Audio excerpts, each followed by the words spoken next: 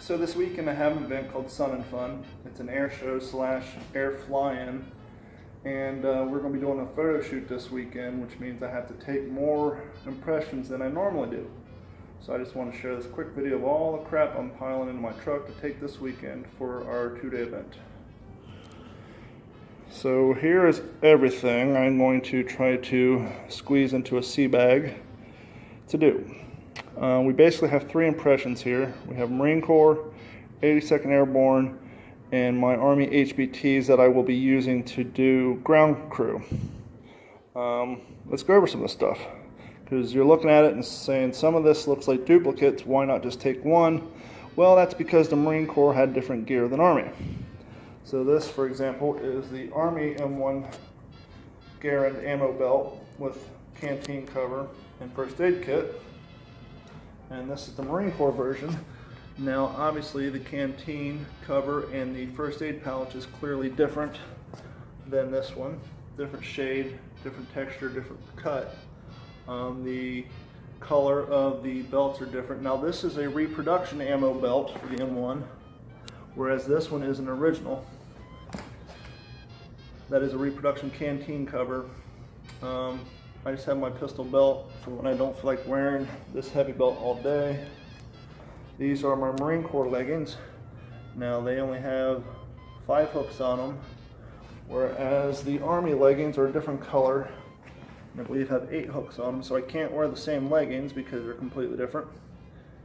This is the Army fighting knife that I gotta wear when I do my 82nd Airborne, whereas the Marine Corps, you had your K-bar. So can't wear the same knife. Let's see, got my white t-shirt, got my sage green t-shirt, got my Marine Corps dungaree P41 shirt, got my Marine Corps dungaree pants. Now you may be saying, well, those pants look just like these pants. What's the difference? Why would take 2 pairs of pants? The Army HBTs actually have a cargo pocket you can see folded there. They do not have a rear butt pocket, whereas the Marine Corps do. So clearly can't wear these pants pretending to be these and vice versa. Got my airborne jump pants, complete with suspenders and reinforced cargo pockets. Airborne jump jacket, airborne wool shirt, airborne wool garrison cap, airborne helmet, airborne jump boots, Marine Corps helmet, Marine Corps boots. That's right, airborne had nicer boots, a lot more comfortable. Marine Corps boots. This is the Marine Corps haversack, completed with entrenching tool, 16-inch bayonet, original poncho. Now inside of here I do have food. I have a couple of garrison caps for the Marine Corps. Whereas when I do my 82nd Airborne, I got to use the Army Musette bag.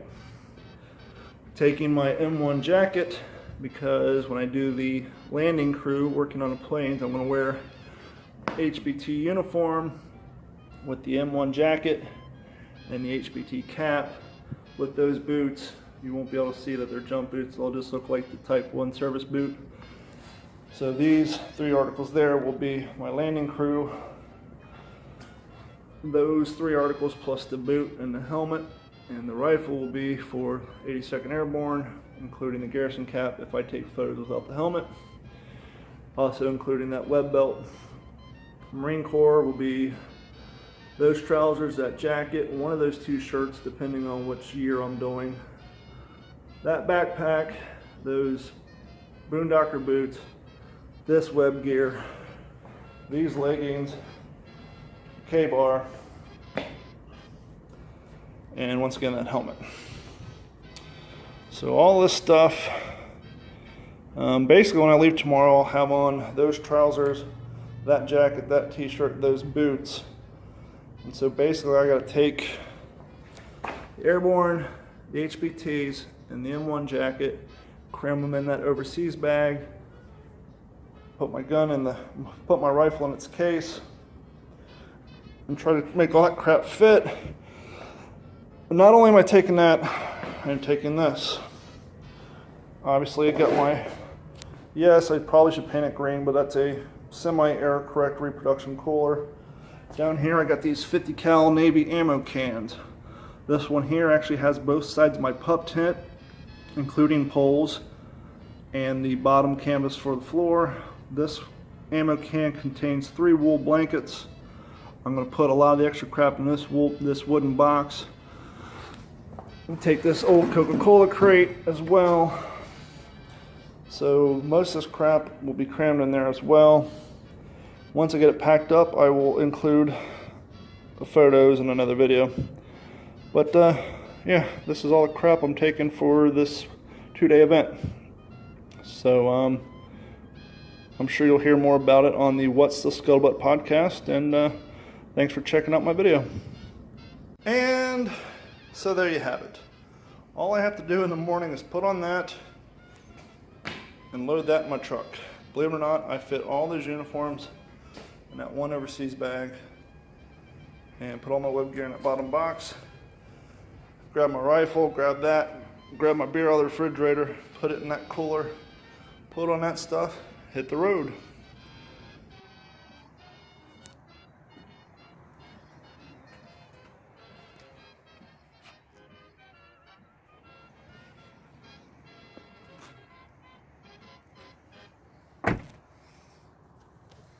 Good morning. It's like 5 a.m. and shit. And as you see, I got my truck loaded up, ready to go. Get in my car, and my tire pressure light comes on. And I don't know if you can see it, but my brand new tire is flat. Too flat to drive on because I'll damage them. And there is a screw in my brand new tire. Gotta love Cape Coral.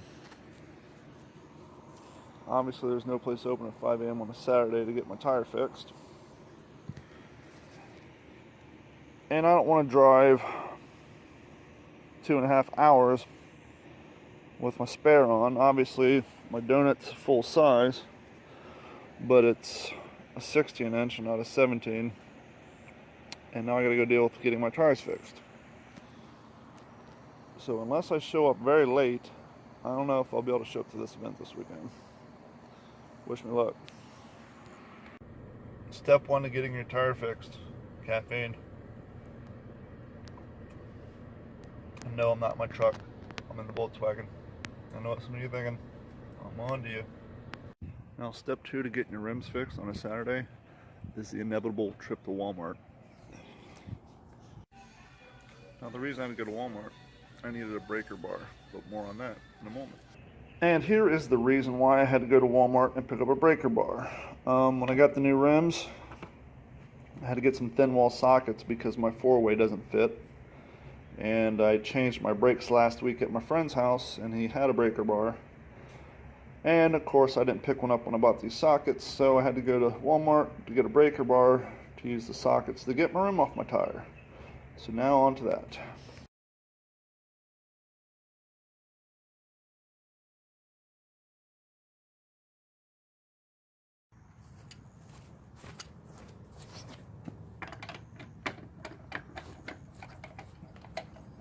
And remember, when jacking your truck up on an incline such as your driveway, always chalk your tires and use jack stands. Never leave your car up on a jack by itself, especially a factory jack or a floor jack that has wheels on it. My floor jack is holding a lot of the weight, but it is also resting on my jack stand, so if the jack does come out for any reason, it's actually sitting mostly on the stand. And I do have my front 2 tires chalked with 20-pound dumbbells that are squared off and that can't roll.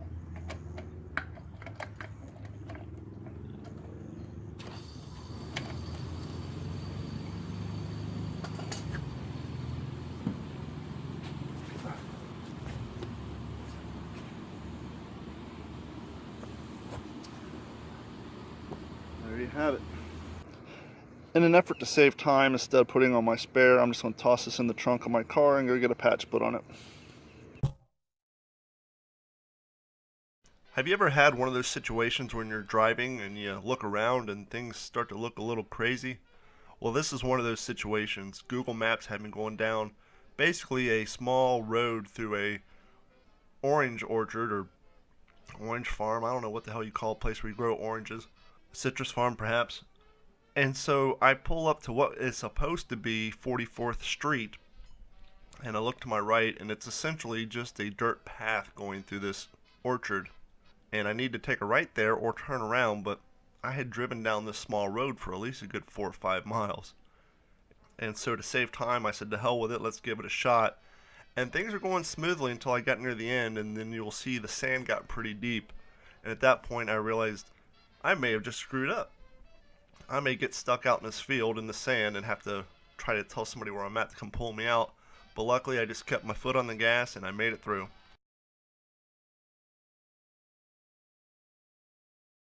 So after a very long morning, I finally made it. Now I'm sitting in the parking lot waiting for my lift to our bivouac. See you all later. Yep. Steering is tight out here. Wow. What you'd give for some power steering, huh? This is my home for the weekend. And Ben and I built a fly to put the rest of our stuff and make some shade because, as the name implies, sun and fun. There's plenty of sun and it's hot. First ID's auxiliary tent.